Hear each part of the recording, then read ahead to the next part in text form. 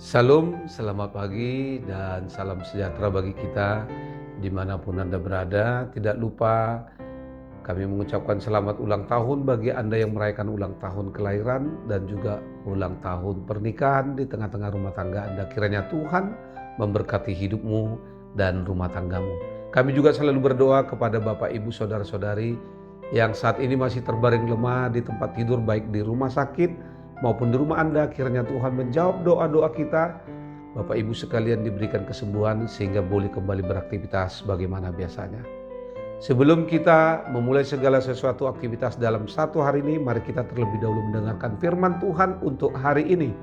Firman Tuhan diambil dari kitab Efesus pasal 3 ayat 18 dan 19, begini dikatakan.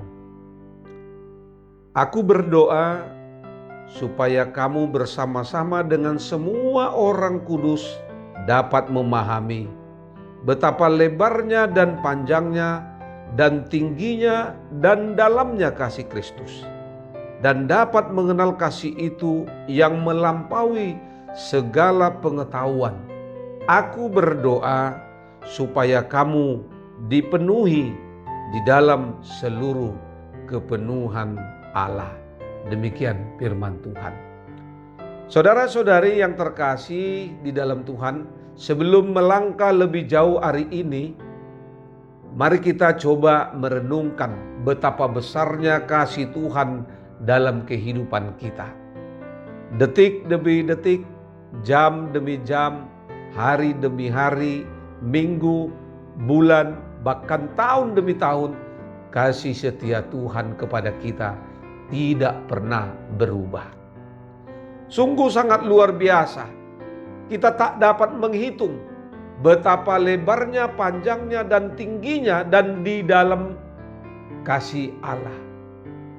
Itu yang dikatakan di dalam firman Tuhan saat ini. Banyak cerita tentang cinta kasih yang ada di dalam dunia ini, namun kesemuanya itu tidak bisa dibandingkan dengan kasih Tuhan. Kasih Tuhan itu sungguh sangat jauh berbeda dari kasih yang lain yang ada di dalam dunia ini. Inilah garis terbesar dari kasih Tuhan kepada umatnya. Yang pertama, bahwa kasihnya tidak berubah. Artinya kasih Tuhan itu mengalir terus menerus, tiada berhenti sampai selama-lamanya. Itu yang dikatakan di dalam Mazmur 117, sebab kasihnya luar biasa atas kita dan kesetiaan Tuhan untuk selama-lamanya. Haleluya. Yang kedua, mau dikatakan bahwa kasih Allah itu selain tidak berubah, dia juga kasihnya sempurna. Artinya kasih Tuhan itu sepenuhnya benar-benar lengkap dan utuh. Karena itu jangan sekali-kali kita mengukur besar kasih Tuhan dengan keadaan yang sedang kita alami, tetapi tetap dan renungkan pengorbanan Kristus di atas kayu salib. Melalui pengorbanannya itulah kita melihat kasihnya yang sempurna. Yang kedua dikatakan tidak bersyarat. Kita mencintai karena Allah lebih dahulu mencintai kita. Itu yang dikatakan dalam 1 Yohanes 4 ayat 19. Bahkan Allah memperlihatkan kasihnya kepada kita karena Kristus telah mati untuk kita ketika kita masih berdosa di dalam Roma 5 ayat 8. Ini sangat berbeda dengan kasih manusia yang selalu bersyarat. Seringkali kita hanya mau mencintai orang-orang yang mencintai kita. Jika tidak, kita pun tidak akan mau mencintai mereka. Tetapi Tuhan seperti rupa mengasihi kita dengan tidak menyayangkan anaknya sendiri, tetapi dia memberikan, menyerahkan bagi kita semua. Itu yang dikatakan oleh Rasul Paulus di dalam Rom 8 ayat 32. Apapun juga yang ada dalam dunia ini tidak akan pernah mampu memisahkan kita dari kasih Tuhan. Bukan alasan bagi kita untuk meragukan kasih Tuhan di dalam hidup ini.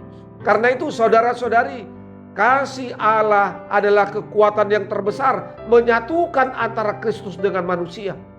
Ketika manusia menyadari kasih setia Kristus dalam diri dan kehidupannya, maka akan menuntun manusia itu semakin dekat kepadanya. Kasih dan penyertaan akan selalu ada dan hadir dalam hidup manusia. Hanya manusia yang kurang memahami dan mengenal kasih itu. Karena itu saudara-saudari, di dalam memulai aktivitas satu hari ini, jangan lupa kasih Allah begitu besar dalam kehidupan kita manusia. Biarlah melalui firman Tuhan saat ini, kita semakin memahami dan menyadari kuasa kasih Kristus dalam kehidupan kita manusia sungguh sangat luar biasa. Selamat beraktivitas, Tuhan Yesus memberkati. Shalom.